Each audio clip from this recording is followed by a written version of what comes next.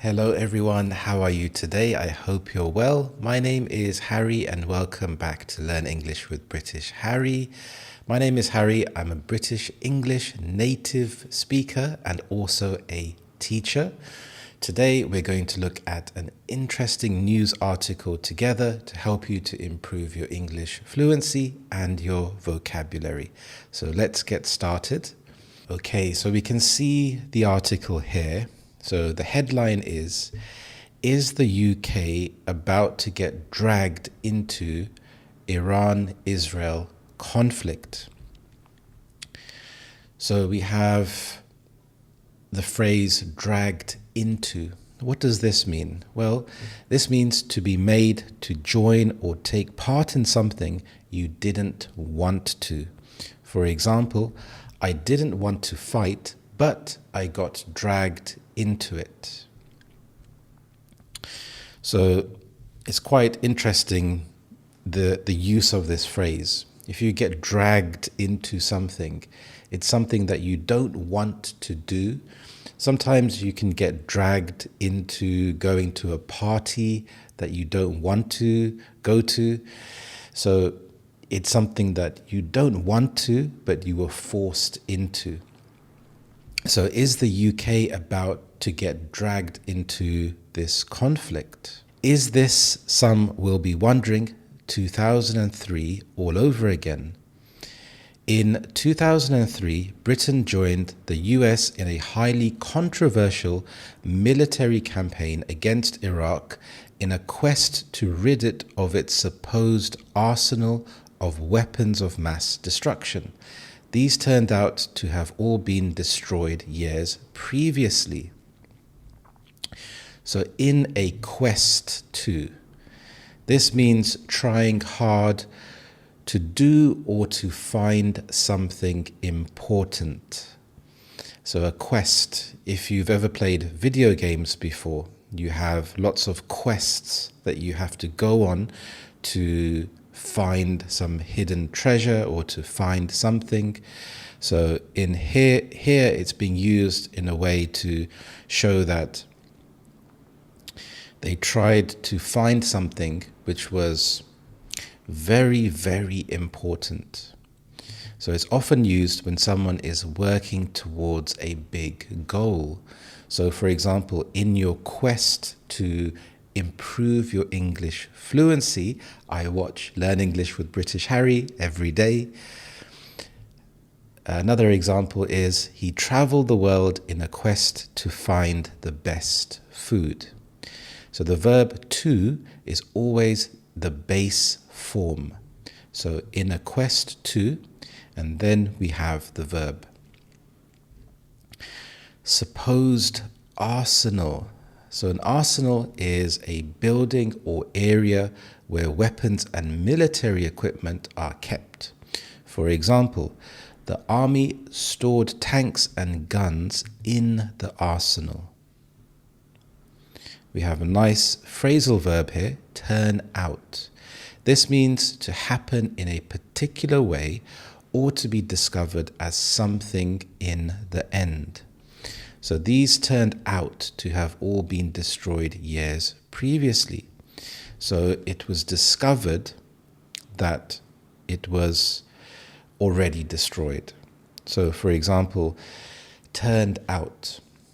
So if you were going somewhere and you expected it to be a really nice holiday, maybe you saw pictures of the hotel on the website, but when you got there, the hotel turned out to be in a horrible shape. Maybe they were doing building works or renovating the hotel, but they didn't show this in the picture that you saw on the website, so it turned out to not be a good experience. America's closest but junior ally, Britain is almost certain to be affected in some way by what happens now in the Middle East. If Donald Trump decides to commit US forces to help Israel eliminate Iran's nuclear program, then what role will the UK be asked to play? First off, Britain is very far from being a central player in this fight between Israel and Iran.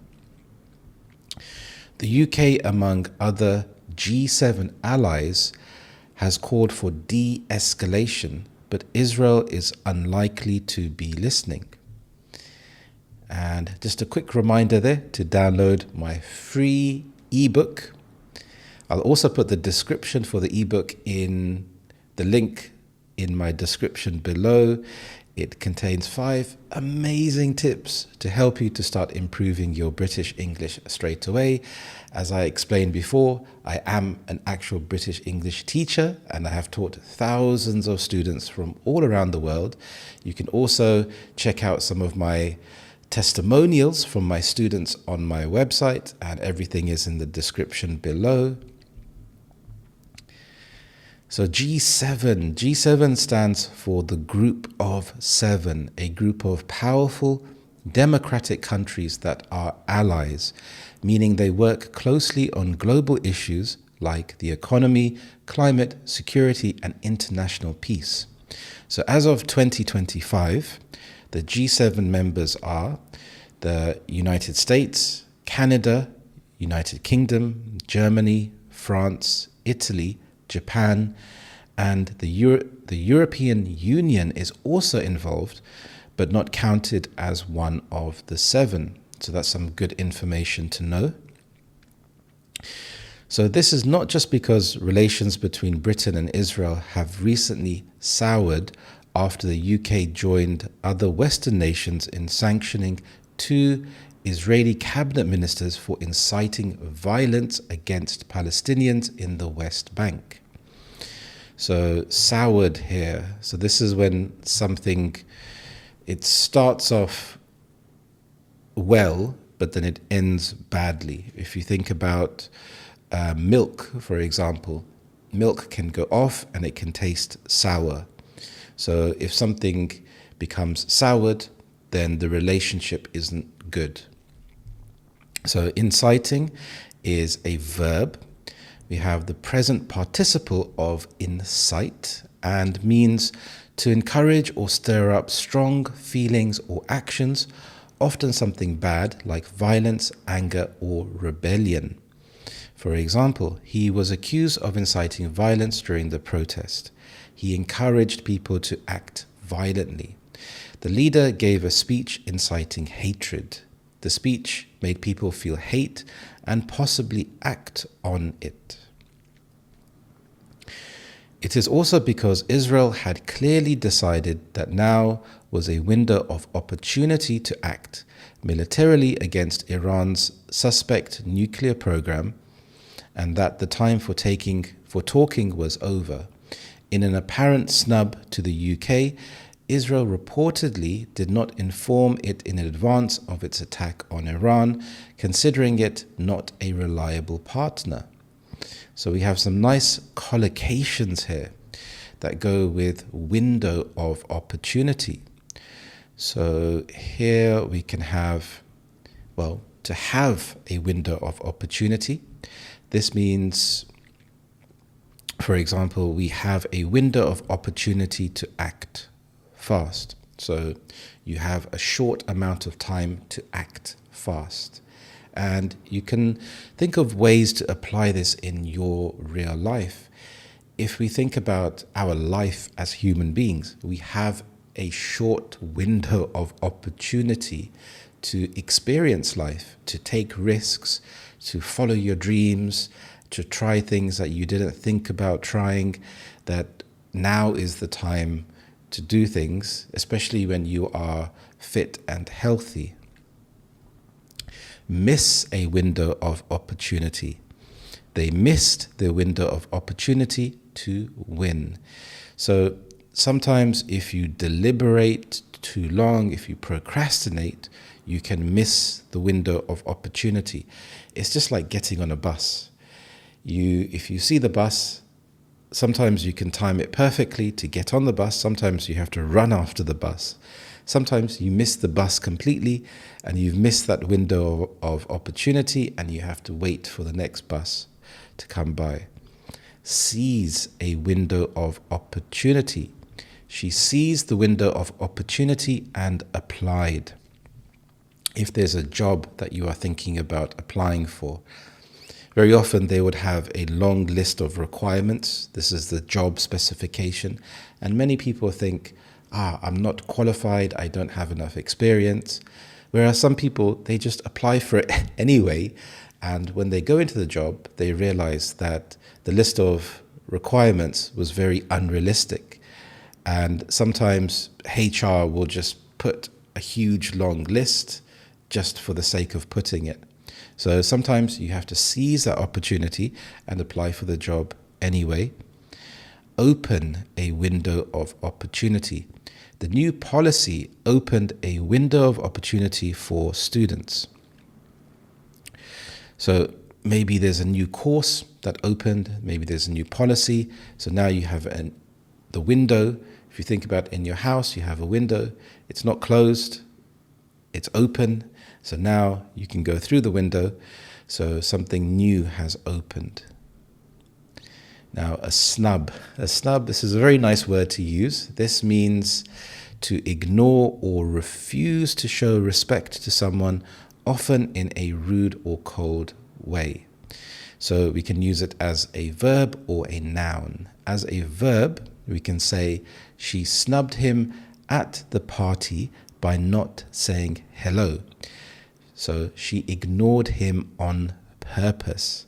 As a noun, he felt hurt by the snub he received from his friends. So he felt ignored or disrespected. But the UK still has a diplomatic role to play, together with its European allies who helped draft the 2015 JCPOA Iran nuclear deal that introduced intrusive UN inspections of Iran's facilities in exchange for sanctions relief, until Donald Trump pulled the US out of the deal in 2018. Sanctions relief. So this is when a country or group is allowed more freedom because some punishments or rules have been taken away. David Lammy, the Foreign Secretary, is in Washington meeting his US counterpart, and he will be heading to Geneva, Switzerland on Friday to join his French, German and EU counterparts in talks with Iran. The UK also has military and strategic assets in the Middle East and Indian Ocean. Here's how these could be involved. Diego Garcia. This tiny tropical Indian Ocean island base, jointly operated by the UK and US and now leased from nearby Mauritius, has a strategic significance out of all proportion to its size. Leased. So this is when you rent something like a house, an apartment, a car or land for a specific period, usually by signing a contract. At 2,300 miles, which is 3,700 kilometers from Iran, it is a potential staging base for the USAF B-2 Spirit heavy bombers. These are the only aircraft in the world configured to carry the GBU-57 Massive Ordnance Penetrator, MOP, bomb. This 30,000 pound, which is 13.6 tons, monster is sometimes referred to as a bunker buster. But that's an underestimate. Retired US Army General Petraeus referred to it this week as a mountain buster. It is thought to be the only weapon powerful enough to penetrate deep underground at Iran's suspected nuclear enrichment facility at Fordo. So buster. This is something or someone that breaks, destroys or stops something. For example, Ghostbusters. I'm not sure if you remember Ghostbusters. They've actually made some remakes from the famous 1980s movies, and these are people that stop ghosts. So in a bunker buster, this means a bomb that breaks bunkers. In the US, if the US were to use Diego Garcia, it would need permission from the UK. The Attorney General, Richard Hermer, is reported to have advised the UK government that any UK military involvement needs to be purely defensive in nature to remain within the law. The B-2 bombers have a range of nearly 7,000 miles, roughly the distance from their airbase to Missouri to Iran, and with in-flight refueling, the US could, if it chose, bomb Fordo without using Diego Garcia. Cyprus. The UK has two major strategic assets on this Mediterranean island. One is RAF Akrotiri, currently home to the reinforced presence of RAF Typhoon jets. The other is the secretive Signals Intelligence Listening Station on a mountain top at Ionos Nikolaos, known as Ayaya Nik, and part of Britain's sovereign base on Cyprus. So Britain's sovereign base, this refers to a military base owned and controlled by the United Kingdom that is located outside the UK, where Britain has full sovereignty. This is complete control. The British Army has also long used Cyprus as a base for its Spearhead Battalion, a rapid deployment force available for contingencies in the Middle East.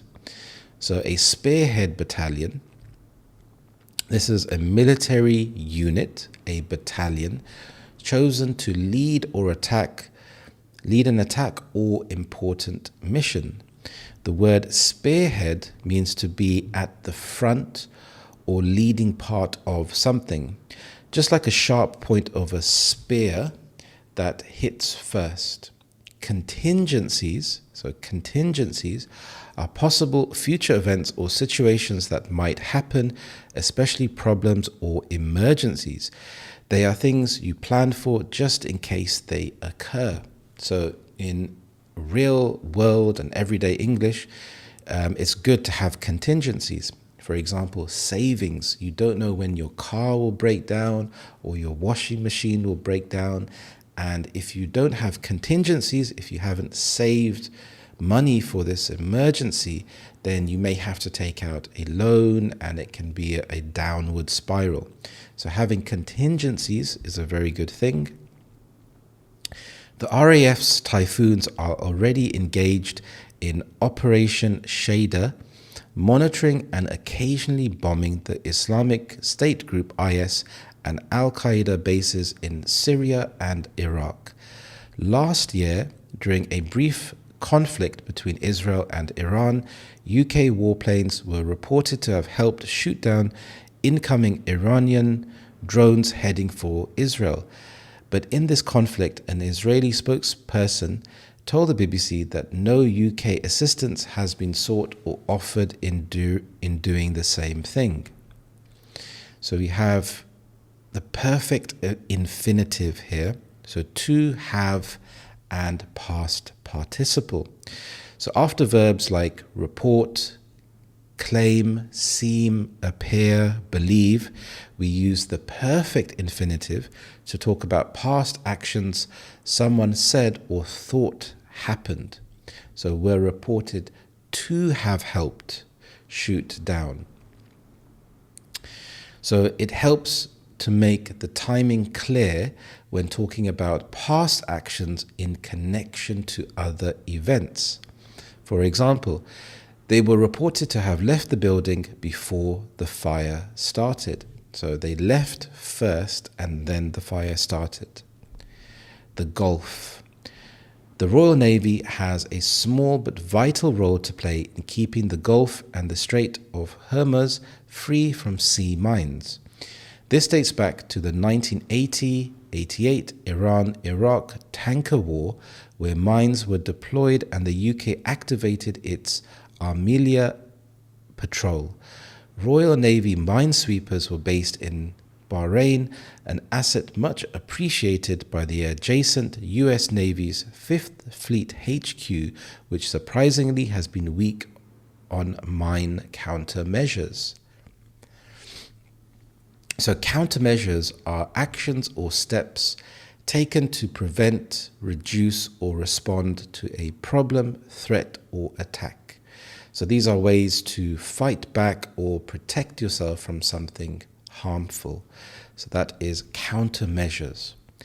However, the UK's vessels have been nearing the end of their working lives, and the Royal Navy presence has been gradually reduced. This has contributed to the depressing assessment that should Iran decide to choke off the Strait of Hormuz, through which flows 20 to 30% of the world's oil supplies, its effect would be considerable. So to choke off, so if that is stopped, then it would be difficult for the oil to flow through. The Ministry of Defense says that one Royal Navy minesweeper, HMS Middleton, is now in the Gulf. Royal Navy's vessels in the Gulf are currently at sea, it adds, and have not been retasked to undertake combat operations. There is also a small 100-strong UK military presence in Iraq and a port facility at Duqm in Oman. So we have blowback here is a noun, and this means the unintended negative consequences or problems that happen as a result of an action, especially in politics or military operations. So, for example, the company's decision caused blowback from angry customers. Iran has signaled on several occasions that any nation that attacks it or which judges to have helped enable an attack will be retaliated against, sometimes known as blowback. Top of the list would be the US bases up and down the region, as well as its naval ships at sea. But in the event that the UK were to authorize the USAF to use its base at Diego Garcia for an attack on, say, the Iranian nuclear facility at Fordo, then that retaliation would almost certainly include the UK.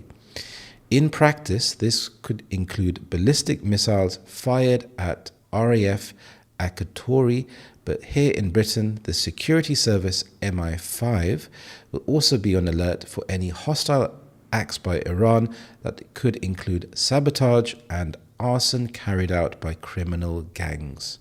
So arson here is a noun that means the crime of deliberately setting fire to buildings, vehicles, or property.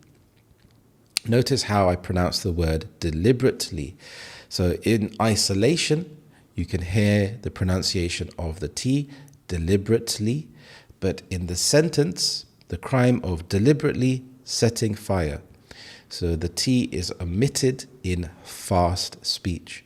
So this is why it's good practice to not only practice listening to slow English, you need to understand and hear how the words are spoken in natural English to give yourself the best chance of improving your English fluency.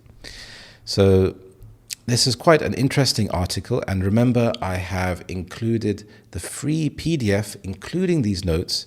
You'll find a link to download this free PDF in my description. Let me know if there are any interesting words. For example, we have contingencies. Now, the best way to improve your English, especially when it comes to reading, when you find an interesting word, read that word a few times, say it out aloud.